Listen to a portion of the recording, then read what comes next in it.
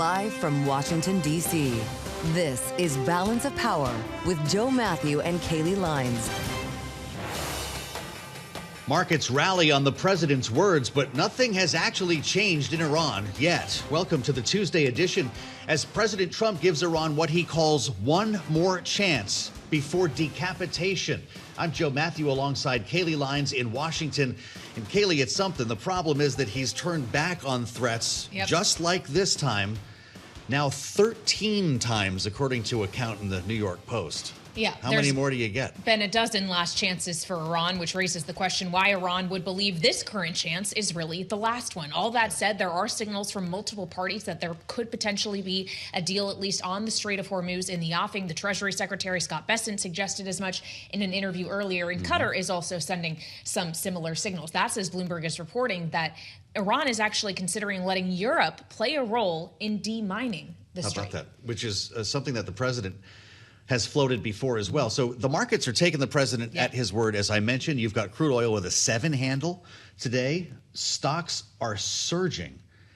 In fact, we could be talking about record numbers by the close. Yeah, the S&P closed within an inch of a fresh record yesterday, and it could very well ink a new high today. All of that, as Joe pointed out, as we're seeing Brent crude below $80 a barrel, mostly on the geopolitical narrative. We have to talk about domestic politics today as well, though, because there's primaries happening in a number of states, and perhaps most crucially in Michigan, where the Democratic Senate primary is going to be a big indicator of what party or what direction the party is heading in, not just in this year, 2026, but beyond. Yeah, being framed as a referendum for the party itself. I don't know if that's overdoing it a little bit when you've got one race, but we start connecting the dots around the country when we've seen progressive Democrats or even Democratic socialists win these races. This is going to be the real hot one, and Democrats need to win Michigan if they're going to take the Senate. So we'll explore this a little bit later on this hour, too. Yep, we'll be getting into that with our political panel. But first, we get into these markets, as we always do. We turn to Charlie Pellet up in New York. Hey, Charlie. Hi, thank you very much. Chomping at the bit here. I got a lot of news, a lot of excitement. Here's what's going on with the Dow Industrials. They are now up by 1,000 points. Best level of the day on the Dow. Ripping higher there. Technical term up by 2% on the industrials. Yes, a record. Yes, above 54,000. 54,187 right now on the Dow Jones Industrial Average. Big day for the Dow. The S&P 7731. Yeah, that's a gain of 130 points. Right now up by 1.7%. Record on the S&P. NASDAQ still has a way to go. The NASDAQ Composite Index up 2.3%. The NASDAQ 100 index, again, best level of the day, up right now by 3%. The Bloomberg Mag 7 index up 0.6%. The SOX, big story there, up 6.6%. AMD after the close of trading today, along with SpaceX, shares of Advanced Micro Devices, they are up by 8.2%. Rally in semis. SpaceX, by the way, ahead of earnings, up by 6.2%. 121 where we stand on SpaceX. The IPO price, of course, 135 last month. Right now, we have got the 2-year yielding 4.19%, the 10-year 4.62%, the 30-year 5.18%. Gold at $4,097 the ounce, up by 1.1%. West Texas Intermediate crude just above 67 a barrel. Right now, we've got WTI down 5.3%. Barrel of Brent 79.55, drop there of 5%. So oil slipping as optimism grows that the U.S. and Iran are moving closer to a deal to reopen the vital Strait of Hormuz checkpoint.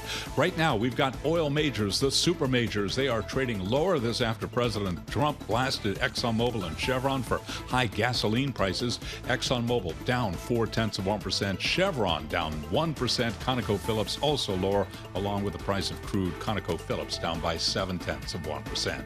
But again, Dow Industrials now up 993 points, a record there, up 1.9%. S&P up by 1.7%. I'm Charlie Pellet, Joe and Kailey. Lots going on, and that is a Bloomberg Business Flash. Lots going on indeed, and a great snapshot of it from Charlie Pellet. Tech stocks ripping, as Charlie mentioned, and interesting to see energy stocks once again under pressure today as we see oil prices going lower. Perhaps that's going to mean fewer profits for these energy companies. This is something we know President Trump cares a lot about as he accused these companies essentially of profiteering once again in the Oval Office yesterday. And we'll be talking about that in a moment with the president of the American Petroleum Institute, Mike Sommers. But first, we have to talk about what else the president said in the Oval Office as he explained his once again calling off of more intense strikes on Iran, describing the current chance as being the last one for Tehran. This is the last chance. This is the last chance for them to sign a good document. I don't know. I think we're going to maybe get something, but I want to give them every last chance before decapitation. Very tough to do what we have planned, still planned. We'll see what happens. We'll see what happens. Again, not the first time we've heard about a last chance. As the New York Post actually went through transcripts and Truth Social posts to learn there is, in fact, a number on this. He's done it now 13 times, giving Iran one last chance. In this case, he says, before decapitation. We've seen this walk up only to step back moment. And there's a big question about whether this will, in fact, be the last one. As Kailey mentioned, there are some good signs as Qatar signals progress on a deal, and it's something that we want to discuss with Jordan Fabian, who is our White House and politics team leader here in Washington, D.C., having covered the administration for many years. Jordan, it's great to see you. Are we any closer to a deal? And how many times does the president get to do this? Well, it appears as many times as he'd like, but another good question is, what is a deal? If it's simply to restore traffic in the Strait of Hormuz, maybe we're back to where we were pre-war, but that leaves all the other war objectives that the president had by the wayside as far as preventing Iran from acquiring a nuclear weapon. Yes, they've degraded their military capabilities, but they've shown they still have the strength to hit targets throughout the region and threaten their neighbors. And so you might ask at the end of this, if it's just a deal to get traffic going in Hormuz, what was all this for? Not to mention the fact that Iran has learned that it has a very powerful lever in control of the Strait, and I have some real questions about whether they're actually going to restore true freedom of navigation, given all we just went through. Yeah, well, of course, the original memorandum of understanding was just about immediately reopening the Strait of Hormuz and punting talks on more difficult issues like Iran's nuclear ambitions to a later date. Would we expect, Jordan, if there is to be a deal, that it would be in MOU form once again, or have they effectively decided that that didn't work the first go around? I don't know if we have that level of detail, and it's not even clear which parties are talking right now. We know that Iran and Oman are talking. We don't know to the extent to which the U.S. is involved beyond Jared Kushner and Steve Witkoff just texting or on the phone with intermediaries. So again, a deal might just be the prelude to more talks.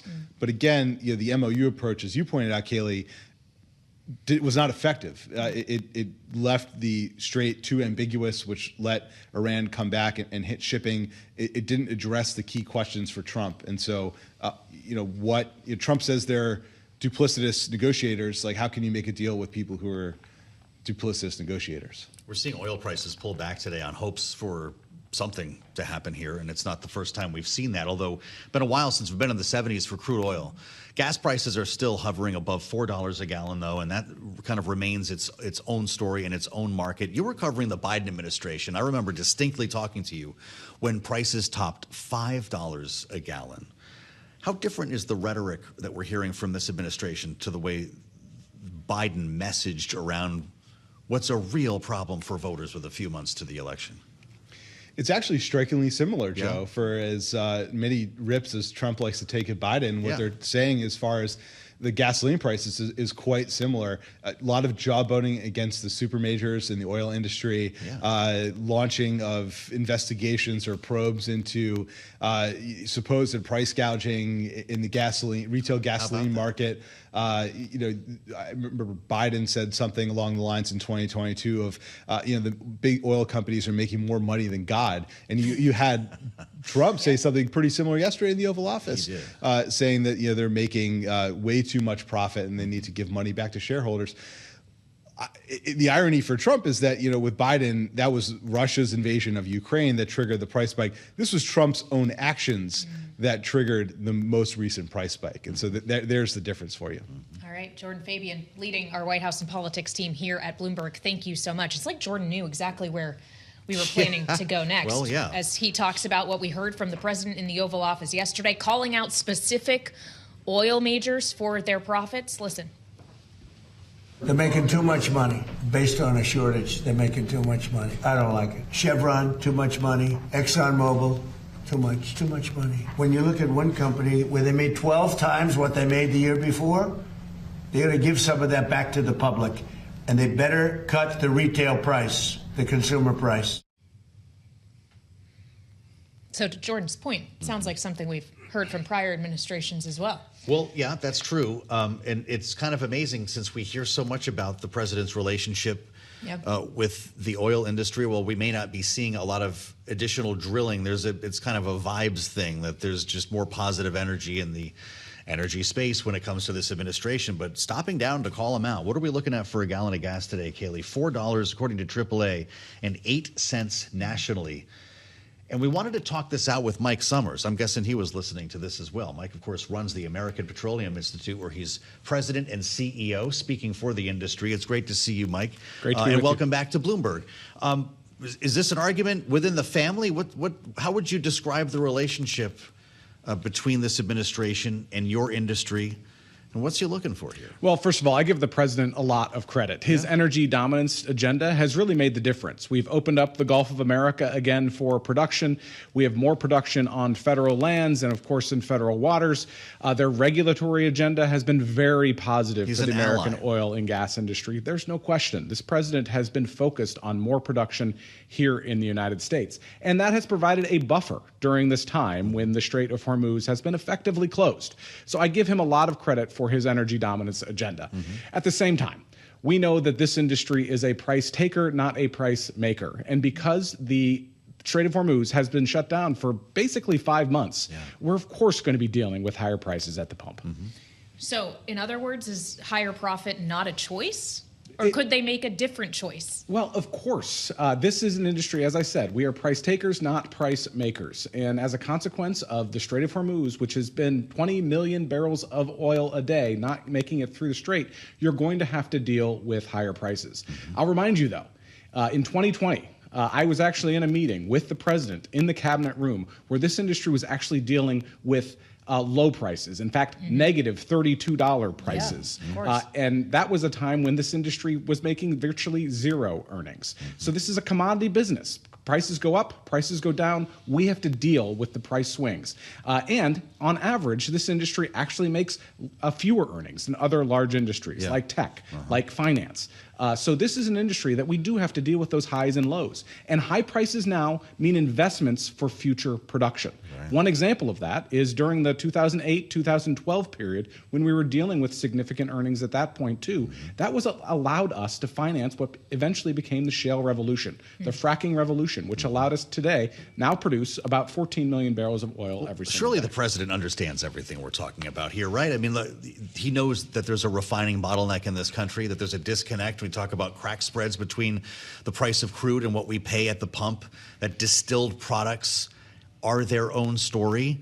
Is he just sounding the populist alarm in an election season? I feel your pain. Well, I do think that everyone is concerned about high prices at the pump for American consumers and high electricity prices. Calling you guys out by name, though, ExxonMobil and Chevron. Absolutely. But we understand that, we're in an election year and we're going to have to deal with that kind of incoming. But at the same time, American consumers have to understand that during this time of high earnings, this is the time when we invest for future production going forward. Well, as Joe's talking about the political considerations here, that arguably is why we've seen the president float things like a gas tax holiday, for example. Do you fear that he could even go so far if we see prices permanently above $4 a gallon, for example, to suggest that maybe there should be export bans put in place in this country? What would that do? Well, we would also be very concerned about any kind of an export ban. I will say that there are a lot of policies that they put in place that have provided some kind of a buffer. For example, the Jones Act waiver that they put into place. There are other things they could do. There are changes that they could make to the renewable fuels standard right now that are providing a higher price at the pump that we don't need to sustain right now, given the kind of challenges that we have. But we would be concerned about an export ban, primarily because there is a mismatch between the kind of production that we have in the United States. This WTI that we produce here in the United States isn't necessarily refined here in the United States. So we import a lot of product from overseas, and then we export a lot of product from the United States to be refined elsewhere. That's actually to the benefit of American consumers because we buy that lower quality crude from other countries like Canada and then sell it to American consumers at a discount. So any kind of an export ban, I think, would be a great concern to this industry. We've talked about the refining bottlenecks in this country and the need to maintain these refineries. At some point, you need to take them down and fix the hardware in a country that hasn't built a refinery, I believe, since the 1970s. Is this the part that needs to be fixed? Well, it's one of the reasons why we're so focused on getting legislative permitting reform done, because it is very hard to build anything in this country, particularly a new oil refinery. You're exactly right. We haven't built a refinery in this country since 1976. And if you think about the market that we were in 1976 compared to the one that we are in today, it's a completely different story. We were importing oil at that point. Now we're exporting oil. It doesn't make any sense. We should be building more refineries in this country because that's the real bottleneck right now. Even when you're dealing with lower prices from a crude perspective, you don't have the refining capacity that you need to turn it into the products that we use on a daily basis, like gasoline and diesel. What are you hearing about permitting reform on Capitol Hill right now? Or I guess maybe a better question is, are you hearing about it? Because we often don't. This should be such a layup for the United States Congress right now. I believe it should be a political imperative for them. You see prices going up, particularly on the electricity side, because of more demand on the electrical grid, because of data centers and the advent of artificial intelligence. Unfortunately, lawmakers just aren't focused on it because we're in an election year. I think that this should have been the first thing on the agenda this Congress. Republicans and Democrats should be able to agree because all sides benefit, whether it's alternative energies like wind and solar, or pipelines that would benefit oil and natural gas. But unfortunately, I think they're a little bit too focused on what's coming in November, and everybody wants to wait until they figure out who's going to win to decide who's going to benefit from permitting reform. There's great hope in the markets today. We see crude oil in the 70s for the first time in some time is encouraging. How long would we need to stay at these levels or move lower to see a significant change in gas prices? Here's Mike? the bottom line. Unfortunately, we're still not getting enough product through the Strait of Hormuz. Even at the highest ends, they're saying that we're getting only about 7 million barrels of oil through the Strait of Hormuz at this point. Because of new pipeline capacity, you only need to get that level up to about 11 million barrels a day through the Strait because of a lot of that product now flowing through pipelines. That is a great news story for the Middle East, and I think over time, we need to continue to build that infrastructure so that we can avoid the Strait over time. But right now, we need to get that up to about 11 million barrels a day on a sustained basis if we're going to get back to where we need to be, back to where we were prior to this conflict beginning. Well, so should this administration also tap the rest of the SPR drawdown that they said they would complete? I believe there's 39 million barrels left in that program. So there are about 39 million barrels left in that program. We still have product in the Strategic Petroleum Reserve. That was something that they negotiated at the beginning of this. That expires at the end of August. They need to think about where they are and start considering whether they're going to do another release or another exchange, which is how this program is developed. I don't know the answer to that yet. I don't think we're going to know until we know the results of whether this potential deal in the Middle East comes through. We've seen this before, of course. I do think that has provided an important relief valve for American consumers, those targeted SPR releases, not just in the United States, but throughout the world. So there are a lot of these policies. Again, we're going to have to extend the Jones Act waivers as well. That has provided an important relief valve for American consumers also. All right. Mike Sommers, the CEO and president of the American Petroleum Institute, here with us in our Washington, D.C. studio. We still have more ahead here on Balance of Power. We'll assemble our political panel next on Bloomberg TV and radio. It's 1:21 on Wall Street. We do check markets all day long here at Bloomberg. We have got stocks continuing to push higher with both the Dow Jones Industrial Average and the S&P 500 Index trading at a record right now, looking at a 1,000-point jump on the Dow. Right now, we're at 54,175.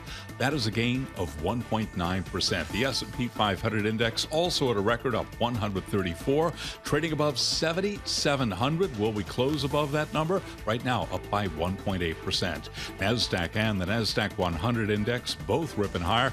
No record, but we've got the NASDAQ 100 index up now by 3.1%.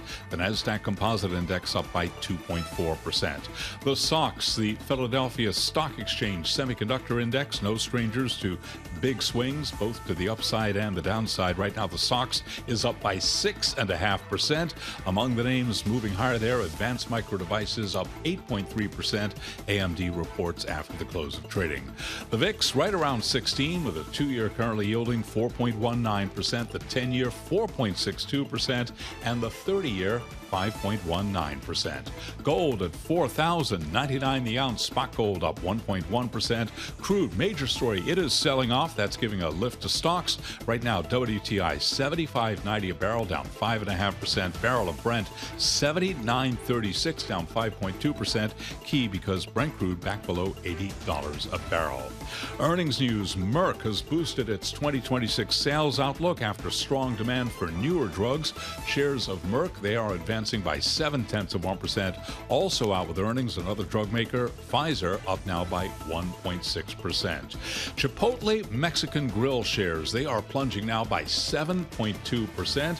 Chipotle removed jalapenos from multiple stores in Minnesota after learning the peppers may be linked to a salmonella outbreak in the state. Again, in the state, Chipotle Mexican Grill down now by 7.1%. After the close of trading, we'll be hearing from both AMD and SpaceX. SpaceX ahead of earnings, up now by 7.1%. Recapping, a 988-point jump right now for the Dow, up 1.9%. S&P also at a record, up by 1.8%. Joe and Kailey, that is a Bloomberg Business Flash. All right, Charlie, I guess if it's not the lettuce, it's the jalapenos. Charlie will be back with more on the markets. About 20 minutes time. Powerful rally underway today, and we'll be following it straight through the close with much more to discuss. As Charlie mentioned, SpaceX, AMD on the late edition of Balance of Power. We'll unpack it all with Bloomberg's Ed Ludlow. That starts BOP, the late edition, at 5 p.m. Eastern Time. Happy primary day. This is something we haven't had a chance to get to with so much news coming out of the White House and the Congress.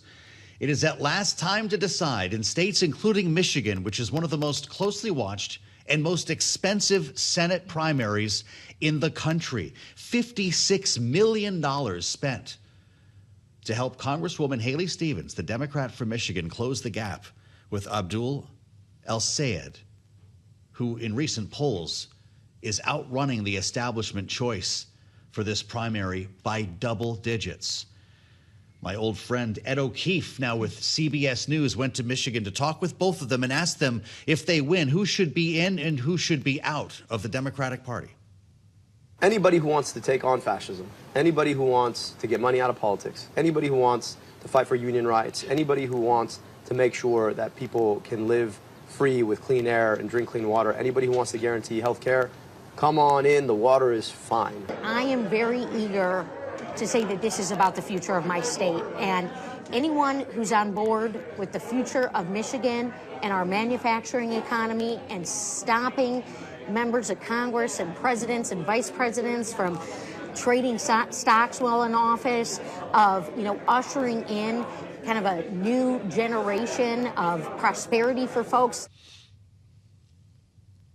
So let's get into this now with our political panel, as Bloomberg Politics contributors Rick Davis and Jeanne Zaino join us. Rick, of course, Republican strategist and Stonecourt Capital partner. Jeanne, our Democratic analyst and democracy visiting fellow at Harvard Kennedy School's Ash Center. Jeanne, as the Democrat, I'll come to you first, because there's kind of a near-term and long-term way of looking at what's at stake in this race. In the near term, obviously, it's about who wins and who's going to take on Mike Rogers in November, how likely that person is to win, and what that means for the balance of the Senate. Then there's the longer-term view as to what this signals in terms of a trajectory shift for the Democratic Party. So as a Democrat right now, how are you feeling about the near and long term?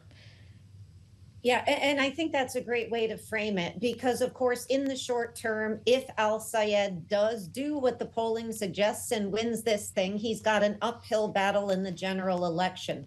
Long term, this is a huge wake-up call, in my mind, Kailey, for the Democratic Party. The Emerson poll that we've been talking about, which showed Al-Sayed up, I think, by like 15 points, also showed something that I think was even more important. an enormous generational divide in support for these two candidates. Now, they're both in their early 40s. You know, they are around the same age. So it's not about the candidates, but people under the age of 50, by and large, support al-Sayed by double-digit numbers, and people over 60 more narrowly, but still double-digit, support Stevens. And I think what the Democratic Party has to reckon with going forward, the brand is in a tank. They have an insurgency coming from their left that they've been unable to control. This has been going on since well before 2016, and they've got to grapple with that. And if they're just going to offer the same old, and for many people, Stevens is offering, I'll win in the general, but not much else, then their candidates are going to lose. So they've got to take seriously what they're offering, and that this has more to do with just winning and getting the better of Donald Trump. It's got to do with a lot more about the party that goes back many, many years. Rick, do you buy the narrative in the media, as somebody who's been around political campaigns for a long time, that this is a fight for the soul of the Democratic Party? And if you're Mike Rogers, are you actually hoping that al-Sayed wins? Yeah, I think this is actually more important story than all the previous sort of liberal Democratic congressional districts fighting over, you know, whether or not a socialist is going to beat a mainstream Democrat. Those things really don't matter to the Democratic Party. Michigan's a big deal. Michigan's a swing state. You got to win Michigan. They've been losing Michigan lately, the Democrats, and so they got to take this incredibly seriously. I don't know about the soul. I don't know what the soul of the Democratic Party is, but you know, Abdul al-Sayed is like blue MAGA. I mean, like, he's the real deal. You can actually find a lot of parallels with him and the MAGA contingent in Michigan. It's why Donald Trump has done so well. Some of these same issues apply to the MAGA base that have applied to al-Sayed's base. And so, yeah, Democrats have to sort of get right with this. And as Jeanne says, if polls are correct, he swings into election as the Democratic nominee. And look, I love Mike Rogers. I want Mike Rogers to be a senator, and I think he'd be a really good one. His strength is foreign policy, national security, not something you want to talk about in Michigan right now. I mean, the war is incredibly unpopular. And he lost to Alyssa Slotkin by a couple points in a good election year for Republicans. You imagine it's +5 minimum right now for Democrats, and he's running the same campaign he ran last time. So I don't know. I mean, I don't know what the electability is of an Abdul al-Sayed, but he's got a lot of energy. He's going to roll over the establishment if all the polling is correct. I would say Michigan polling is notoriously bad, so we can't get too excited about that. But look, this is worth thinking about. Michigan is a key state for 28, and Democrats, regardless of what happens, have got to start paying attention to it. Well, and as we talk about it being potentially a loss for the establishment if he would win, Jeanne, he also frames it as about not being just the establishment, but about the idea of money in politics. He has frequently brought up the contributions that Haley Stevens' campaign has received from AIPAC and the lobby for Israeli interests, and as well as other kind of corporate aspects, including a utility in Michigan. But for AIPAC specifically, I wonder what signal this sends about their potential waning power, or the reverse influence it has if they spend more money on a candidate, that it actually could backfire. Yeah, and this is where I think when Rick talks about how al-Sayed is, to a certain extent, you know, the left's definition or reflection of MAGA, you see that. Not only is he weightlifting Kailey in his basement, and we are seeing things like that, and speaking truth to power, but he is also saying, I don't need corrupt, as he calls it, and I'm not saying AIPAC's money is corrupt, but I don't need outside corrupt money to win. Look at the millions that AIPAC and outsiders have dumped into her campaign. Earned media is not going to win these things anymore. I can do this by talking to left-wing podcasters like Piker and others. So he is sort of pulling a Donald Trump, if you will. I can spend a lot less, I cannot be beholden to these big interests, and I can win. If that proves to be the case, and I agree with Rick, these particularly Michigan, but primary polling is really tough to do. But if it proves to be the case that he wins, I think you're going to have a reckoning in the Democratic Party, even more so than we've seen already, about how they connect with and how they utilize AIPAC going forward. We already saw that vote on Israel not that long ago in the House, with a number of Democrats voting against Israel. I think they may be looking at this and saying all of that money did nothing. And in fact, not only didn't it just even the field, it hurt her, and that may cause them to reconsider this money. So a lot on sort of at stake, not just for AIPAC, and not just for the establishment rather, but AIPAC as well, and this earned media money flowing in. We should note just a headline crossing the terminal. Jay Clayton has been sworn in as the nation's new director of national intelligence. They did not open the swearing in to reporters, though I'm sure we'll be seeing an image shortly. Bill Pulte no longer DNI. I want to ask you both about this Reuters Ipsos poll today. Rick, you talked about the headwinds facing Mike Rogers and why this might not be the friendliest cycle for him. And we find that Americans are choosing Democrats over Republicans as better stewards of the economy for the first time in almost a decade. It's been since 2017.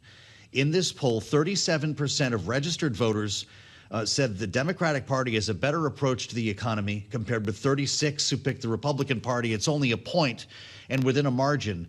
But the fact is, it's the first time we've seen it in so many years. 27% said they were not sure. How does that play nationally? Do you pay attention to a number that close? Yeah, I try not to pay too much attention to national politics when you've got, an election cycle that's really dictated by state politics.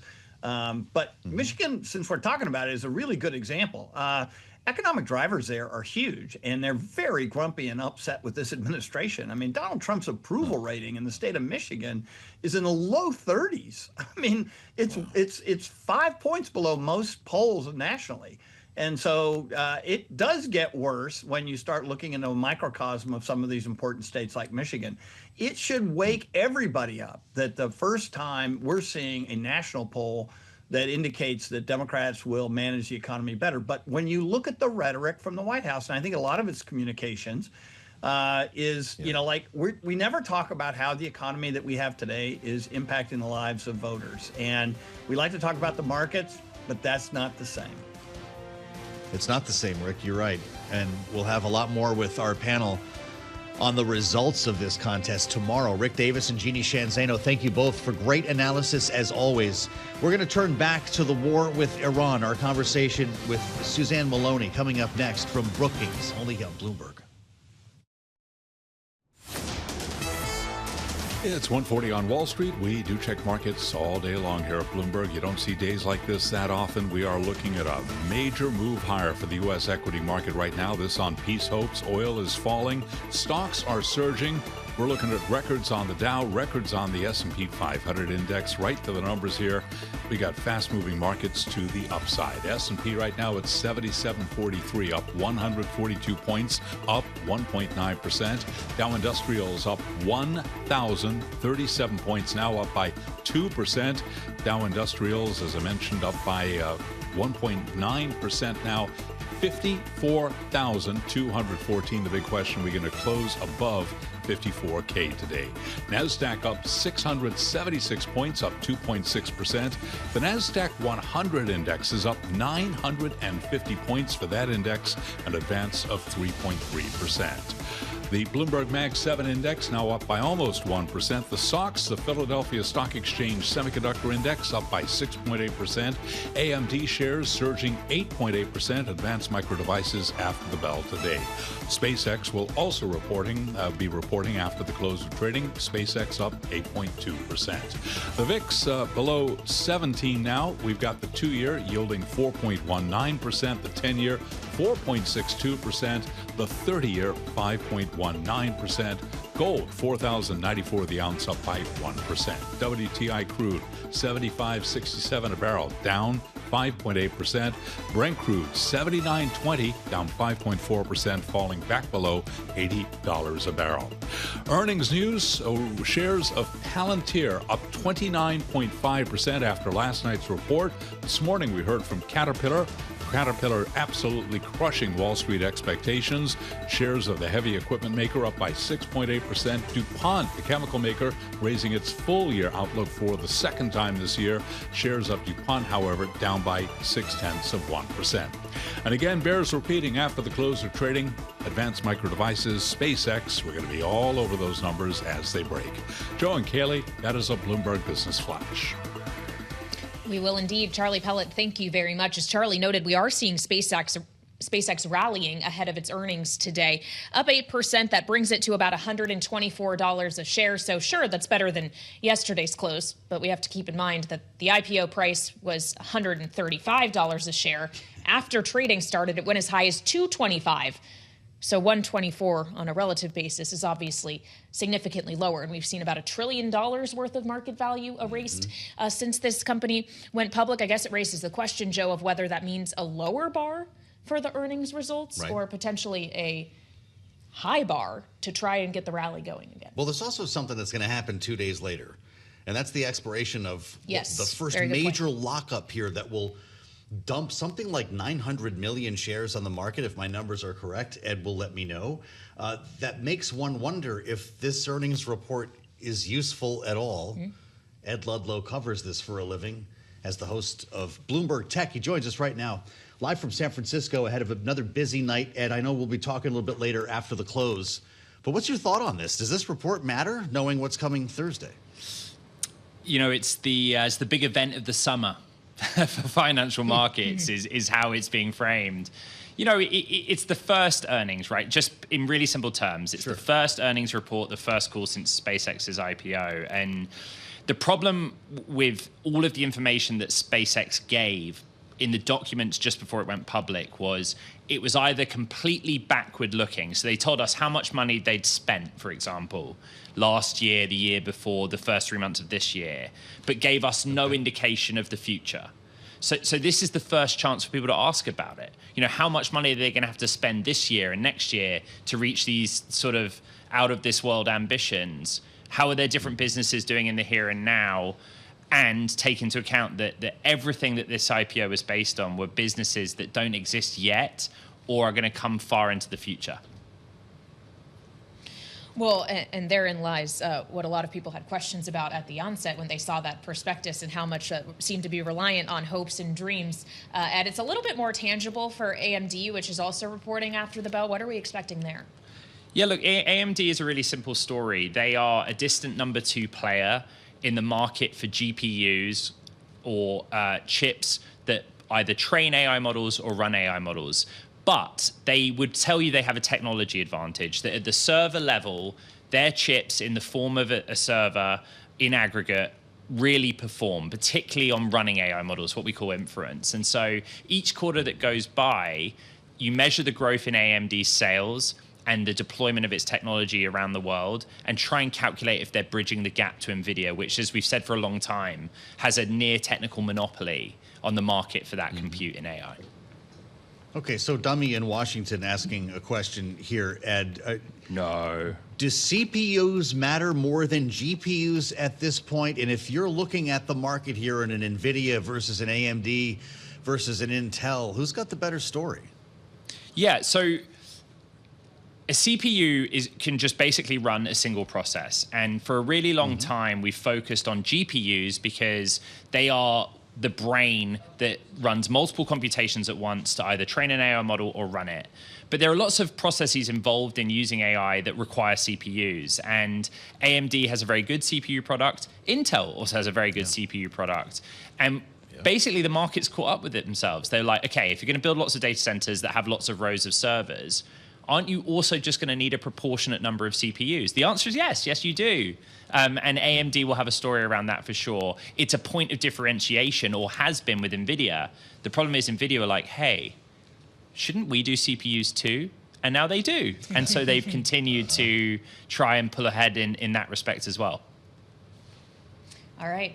the host of Bloomberg Tech, Ed Ludlow. We'll be checking back in with Ed, as Joe said, later this afternoon to break down these results. Ed, thank you very much. And of course, the results from AMD and SpaceX could very well send a signal to the wider market and determine the direction of travel in the trading day tomorrow. In the trading day today, obviously, that direction by and large is up as we see stocks rallying in part because bond yields and oil prices are moving lower. It does seem like this is a market putting a lot of faith into the notion that there could be a deal in the offing between the U.S.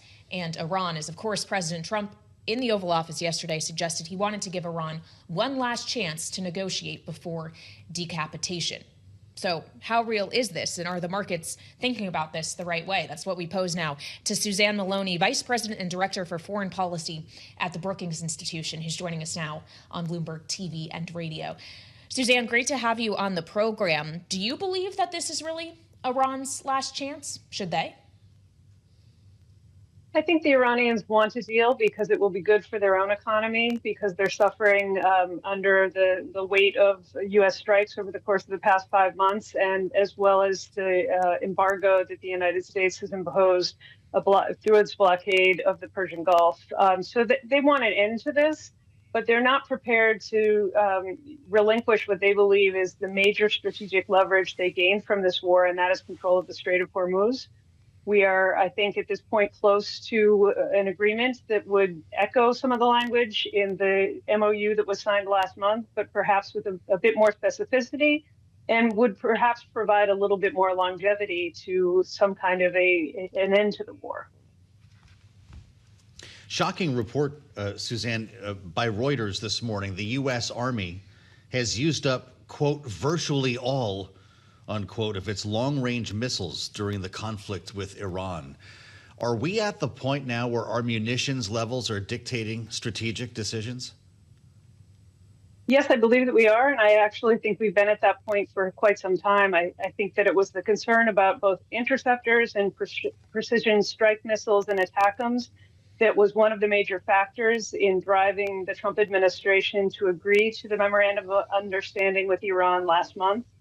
And it is a major, I think, point of hesitation for the administration, particularly from the Department of War, whose leaders have articulated a real concern about returning to full-scale war with Iran simply because of the readiness implications that it leaves for the United States military, not just with respect to the Middle East, but with respect to other theaters as well.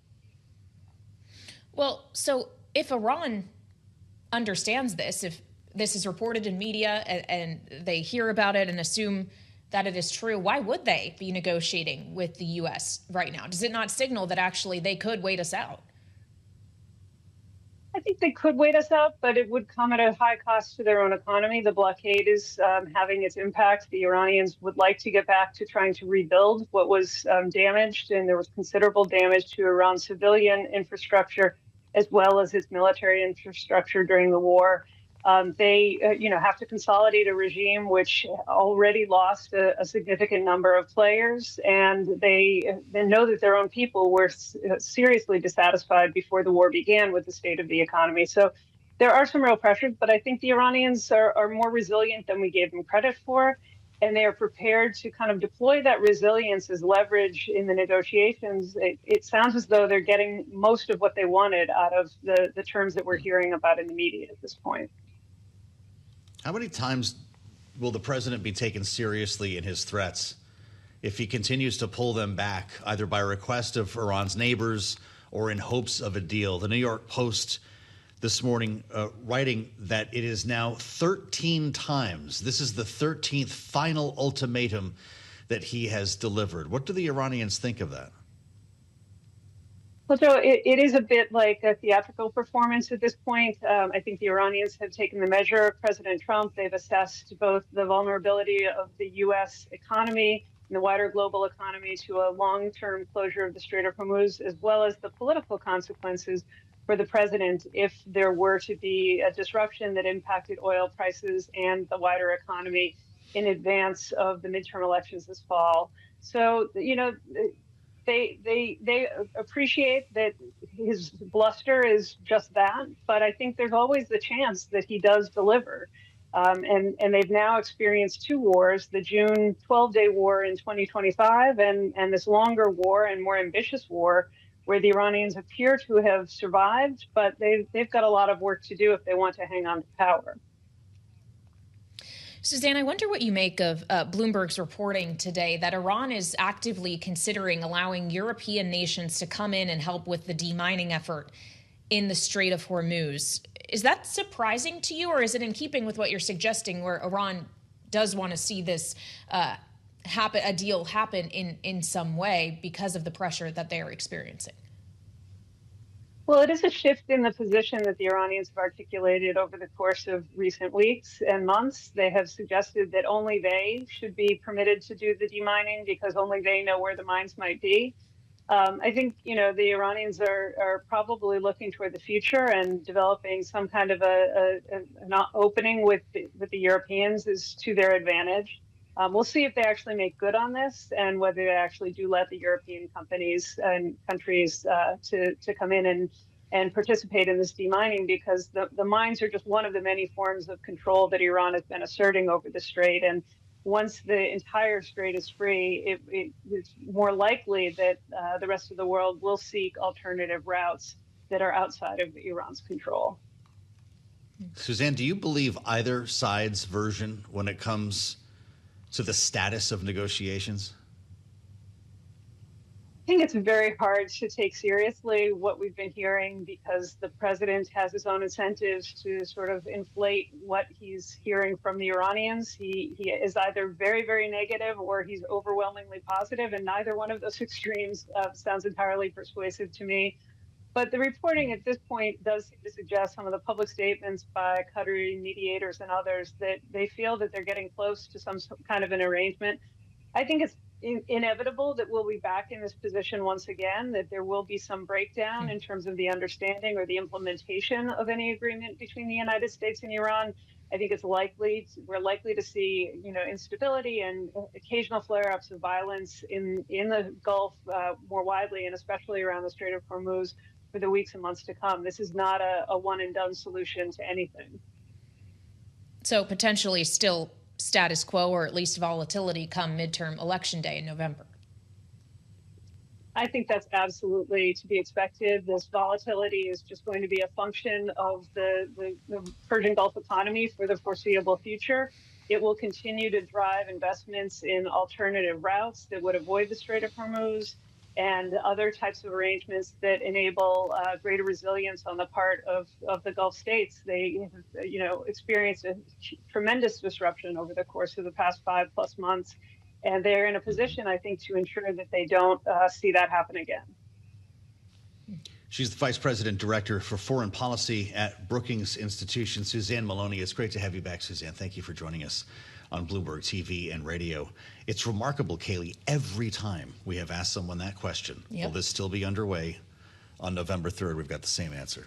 That's yes. Yes, which doesn't necessarily spell good news for the incumbents in power in Washington and the Republican Party specifically, although Republicans may be hoping to get a little bit more good news in Michigan tonight in the form of getting their preferred candidate to go up against Mike Rogers. Abdul El-Sayed, of course, favored over Haley Stevens, and we'll be discussing more on that on the late edition. We shall, although Rick Davis pointing to the energy out there. We'll see who's a more successful general election candidate. This is Bloomberg.